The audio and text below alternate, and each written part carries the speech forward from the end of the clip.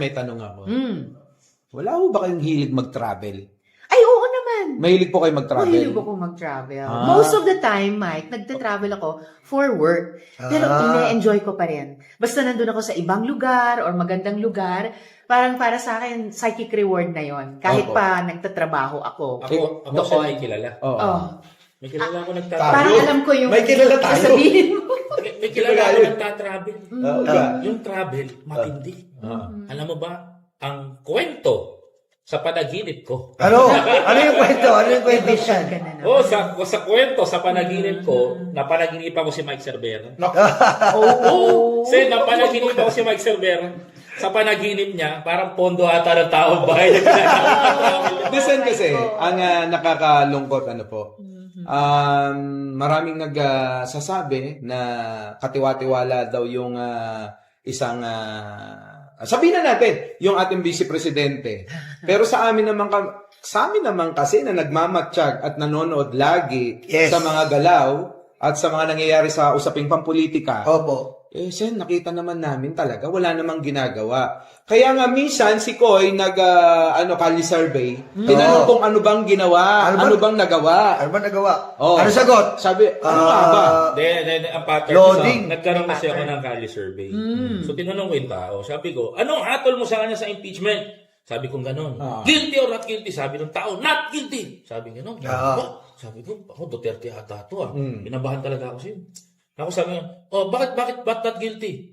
Marami naman siya nagawa. Marami siya ginawa sa Pilipinas. Sabi ko, ano ho ba ang kanya nagawa? Yan. Sabi niya gano'n. Nagham. Tapos bandang huli, hindi ko alam Nakalimutan na daw. Hindi pa rin niya nakikita. Hindi ko nakita.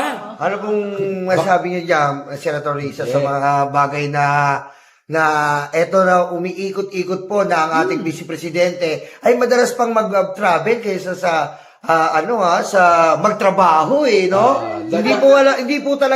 Hindi po kasi malaman ng mga taong bayan na puro sila ganito, Duterte sila ng Duterte, pero tayo naman po kasi katulad nyo nga po, kita-kita namin nagtatrabaho kayo sa Senado, Salamat. ang ating Presidente, ang ating Senate President, lahat na lang po ginugugol nyo ang buong oras nyo. Samantalang dito po sa ating tinitingala nila na sinasabi nila po ngayon na Vice Presidente. Ano pong masasabi niyo? Sisimplihan ko yung tanong. Simplihan mo. Sen, baka naman po, meron po kayong alam dahil kayo po yung nasa gobyerno Yes. at kasama nyo sa gobyerno yung Vice President natin, baka po kayo may alam na nagawa nun. Opo. Para naman ho sa ating mga manonood, Sa ating mga manonood. maging fair tayo sa kanila. Baka lang po, meron po kayong alam na nagawa niya. Kasi kami po, marami kaming alam na nagawa nyo. Unahin ko yung nagawa. Salamat naman. Unahin ko na yung nagawa ni Sen. Di, sasagutin niya nga muna kung baka may alam Nahirapan mo yung tanong.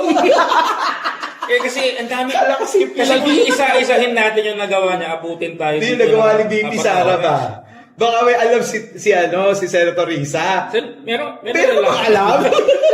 Sabihin ko na lang na siguro kaya nagtatanong mga tao tungkol sa issues. Dahil talagang hinahanap nila kung may sagot yung tanong na yon.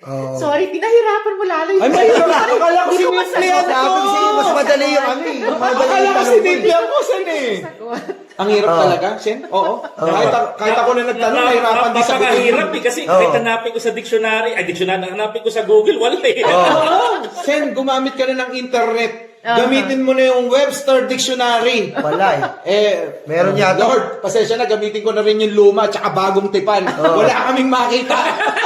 Hindi, meron yata eh. Ang nagawa niya, yung pandesal daw palaman. Paano naman naging Sinabi niya, di ba? Ako po, ang pandesal, ang paborito kong pandesal na palaman. Ay, sabi- tuyo. Ay tuyo. Yan. Ay grabe, no? Pero may nagawa naman siya, huwag naman ganyan. Ano? Ginaawa-awa na naman eh. Ikaw palang pinakamabait dito. Hindi po, mamaya ho, magdating. Nagtatanim din po ba kayo ng puno? Oo naman. Tapos marami rin pong camera. Camera, yung mga... Hindi lagi. Hindi, straight to the question, Sen. Ano? Nagtatanim ka rin ng puno, di ba? Oo. Tapos 3 million ang isa. Ay, hindi. Hindi.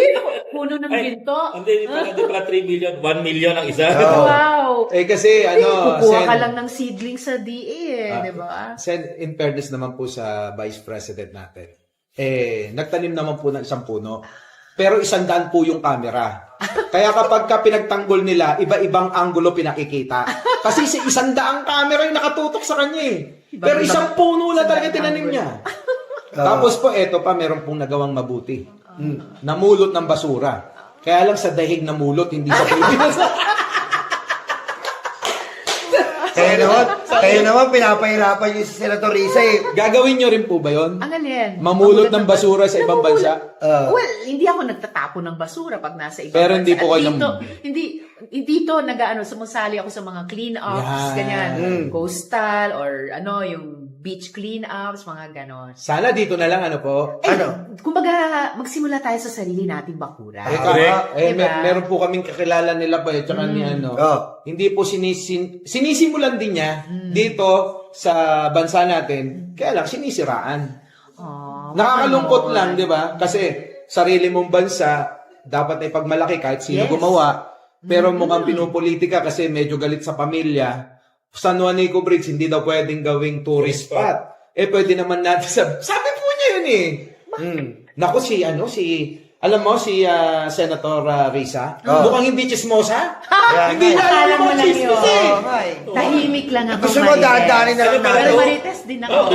Ano pala po si Senator Risa? Ako yung tahimik lang sa umpisa. Hindi, ganito. Gusto mo, natin?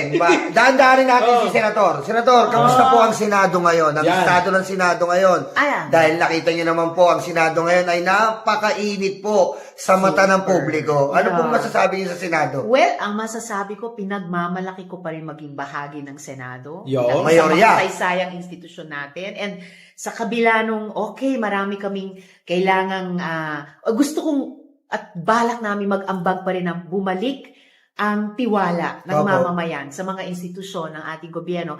Sa kabila nun, tuloy-tuloy ang paggawa namin ng maraming trabaho. Nagsusulong ng mga panukalang batas, nag-iimbestiga ng mga resolusyon for investigation. Yes. Taon-taon, tinatrabaho ang budget at Opo. pinaganda namin ang proseso kahit papano simula last year. And, di ba, yung pang-apat kasing trabaho ng Senado, maya't maya, kung magkaroon ng mga impeachment trials, kami ay uupo bilang impartial na senator judges sa court. Pero maraming mga senador na masisipag din po.